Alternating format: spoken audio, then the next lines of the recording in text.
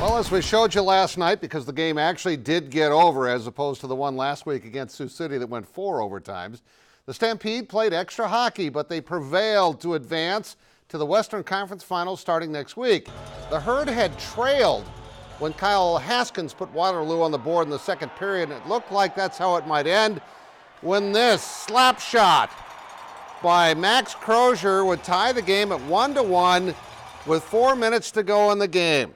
And what happened next was hard to believe. Brian Chambers from deep in the corner threw it towards the net. We'll show you some more angles. It hit the goalie, Evan Fear, and somehow bounced in for the game winner, sending Sioux Falls to the conference finals with a 2-1 win last night in overtime. They have certainly been fun to watch at the Premier Center all season long. After playing in OT so much, you just get used to it. Everyone just knows the deal, and you just gotta get pucks deep, work hard, be physical, and play your hardest. I mean, we got the goal late in the third, so we kind of expected going overtime, but we wanted to get it done quick. We didn't want to go another 4 overtime game, and we got it done pretty quick, so we're happy about that. I'd still say the Sioux City one was the most exciting one, but yeah, this one, getting the series win for sure is big for our team and moving forward onto the conference finals. It's definitely up there. As we keep going along, they're more important, so it's up there for sure. Now we know why Jackson's a good goalie. He doesn't get too high or too low. And he did talk about that, by the way. Here's a look at the Western Conference schedule, which starts on Tuesday with the Stampede playing at Tri-City in Kearney on Tuesday and Wednesday. They're back at the Premier Center Friday and Saturday. And then the 5th game, if necessary, it's a best of 5, would be back in Kearney. That would be on the following Tuesday.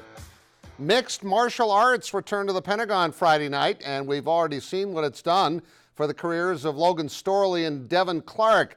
Sam Garrett is one of the fighters on the card tomorrow night, and he takes on Tyler Ray in one of the televised events. Sam, who was making final preparations at the Next Edge Academy yesterday, has seen the careers of others, like the guys we just talked about, take off after success in front of their hometown fans in Sioux Falls. And he's hoping for the same kind of success along with another local face, Bryce Logan. It feels really good because a lot of my fights have been up north in North Dakota, and I've had a couple in Nebraska and just around smaller towns in South Dakota. So I've never really had the opportunity to fight in front of everybody I grew up with. So I'm gonna love every second of it. Just to see it come from like the almost the underground state that it was in to being a legitimate sport and being recognized up there with the Sioux Falls Storm or the Stampede. The people of Sioux Falls recognize it as a legitimate sport now, and they come out and support really well like they do for those other sports. So I'm really proud of that, just to see that something I'm passionate about has taken hold here in Sioux Falls and has a good footing here.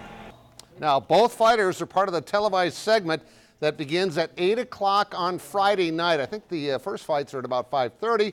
Logan Storley is here to help promote the event. He was on Calling All Sports today. He has 1 fight left on his Bellator contract. Devin Clark is with the UFC, which is the ultimate goal of all of these fighters, although if he can make as much money as Logan might with Bellator, he might just stay with them as well. We'll be right back.